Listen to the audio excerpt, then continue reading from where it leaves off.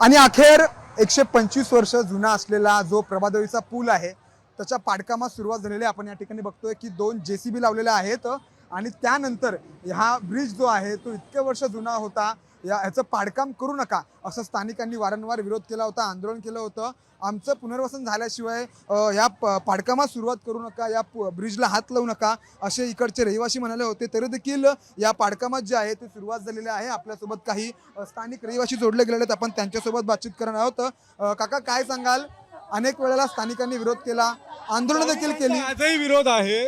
आम्हाला आश्वासन देणं होतं की जोपर्यंत तुमचा प्रश्नाचं कायदेशीर आम्हाला लेखी मिळत नाही तोपर्यंत ब्रिज पाडला जाणार नाही। पण आज आम्हाला पियडा बनवून ब्रिज पाडायला सुरुवात झालेली आहे। आज आमचं काय, उद्या आमचं काय? हा ब्रिज वर्ण ब्रिज जाईल, त्याला आमचा ब्रिज वाढवण्याला काही विरोध नाही। ब्रिज वाढवण्याला आमचा काही विरोध नाही, ब्रिज पाडण्यालाही विरोध नाही, पण आमचं पुनर्वसन करा आणि मग काय ते करा। मग पुनर्वसन जर 7 दिवसांनी होणार होतं तर आज करायची काय जरूर होती? 7 दिवसांनी तोडायला पाहिजे ना, आज तोडायची काय जरूर होती? आता isakal.com आहे देशातील नंबर 1 ची मराठी न्यूज वेबसाईट। प्रत्येक अपडेटसाठी isakal.com ला नक्की भेट द्या। तुम्ही वारंवार आंदोलन देखील केली होती, मात्र त्या आंदोलनाचं काही जण सरकारने थेट ब्रिज तोडायला सुरुवात केलेली आहे, त्यामुळे तुमचा विचार झालाच नाही। आज त्यांनी काय सांगितलेलं की तुम्ही मॉब बनवा। आम्ही आज मीटिंगला गेलो होतो त्यांच्या ऑफिसमध्ये, त्यांनी काय सांगितलं तुम्ही मॉब बनवा, मॉबच्या पुढे गव्हर्नमेंटचं काही चालणार नाही। आणि तिकडे असं सांगितल्यावरती इकडे प्रत्यक्षात नारळ फोडला गेला, याला काय आम्ही बोलायचं? स्थानिक आमदार आले होते, काळीदास कोळंबकर आले होते। हा, त्यांचंच काम आहे ना सगळं आम्हाला पुनर्वसनाचं वगैरे करायचं। आता काय मोकळी जागा आहे, तुम्ही एवढ्या वर्षामध्ये का नाही तुम्ही बनवू शकला तिकडे बिल्डिंग? आम्हाला आत्ताच आधी जागा द्या ना आणि नंतर मग बिल्डिंगचं काम करा। आणि तुम्हाला माहित आहेत ना गव्हर्नमेंटच्या स्कीम, हे काय गव्हर्नमेंटचे काय आत्ता नाही ना आले 2-4 वर्षापूर्वी की 10 वर्षापूर्वी, हे 25 वर्षापूर्वीची स्कीम आहे अगदी। मग तुम्ही तोपर्यंत का नाही अगदी आतापर्यंत हालचाल केलात? आम्हाला का नाही नवीन जागेमध्ये शिफ्टिंग केलात? आणि एवढा जर मुंबईमध्ये रिकाम्या जागा आहेत, रिकामे फ्लॅट्स आहेत, तर तिथे तुम्ही आम्हाला का नाही अगदी पाठवतात? दडपशाही म्हणावी लागेल का? कारण आंदोलनकर्त्यांना नोटीस देखील दिल्या पोलिसांनी। हे पूर्ण दडपशाही आहे आणि हे एकाच पार्टीची नाही, भाजपा आहे म्हणून नाही मी बोलत आहे, इतरही पक्षांना मी बोलते। इतरही सगळे नुसते टाळ्या वाजवतात, त्यांना आम्हाला आश्वासन देतात आम्ही तुमच्या पाठीशी आहोत, कोणी पाठीशी नाही राहत। अगदी आज ब्रिज तुटतोय एवढ्या वर्षापूर्वीचा, नवीन ब्रिज बांधणार आहे तो किती वर्ष राहणार आहे? या ब्रिटिशांच्या ब्रिजला आधी 106 वर्ष तरी झाली असतील, 10 वर्ष झाली असतील, 110 वर्ष।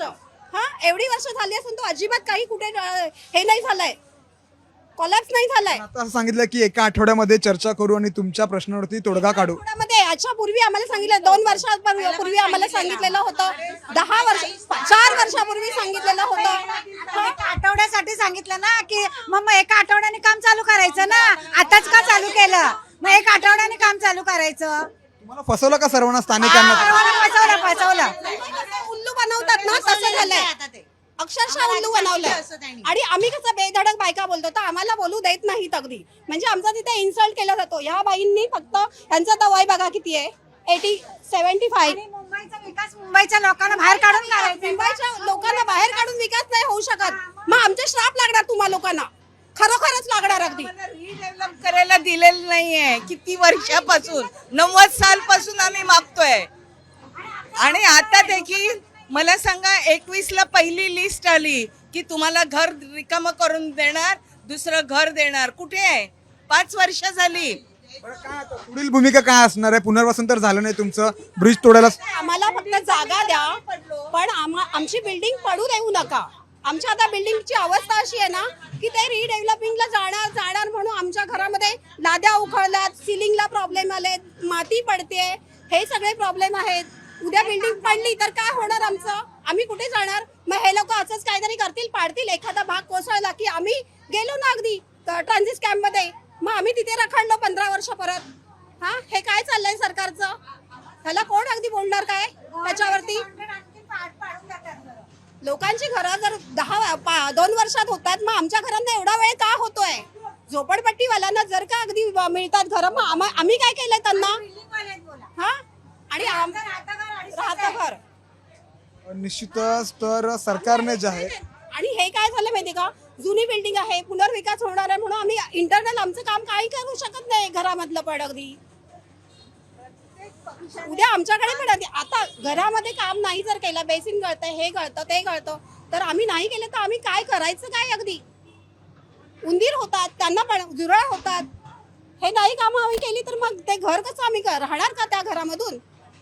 नक्कीच. तर हे काही स्थानिक होते ज्यांनी असं सांगितलेलं आहे सामटेशी बोलताना की आम्हाला सरकारने फसवलेलं आहे, आमच्या विरोधात जाऊन हा जो पूल आहे त्याच्या पाडकामास सुरुवात केलेला आहे आणि आमचं पुनर्वसन न करताच आम्हाला आमची फसवणूक झालेली आहे. कॅमेरामॅन अनुपसह मी सूरज मसूरकर, साम टीव्ही, मुंबई. देश विदेशातील प्रत्येक घडामोडींचे लाईव्ह अपडेट मिळवण्यासाठी आता साम टीव्हीच्या सर्व सोशल मीडिया प्लॅटफॉर्मला लाईक, फॉलो आणि सबस्क्राईब करा.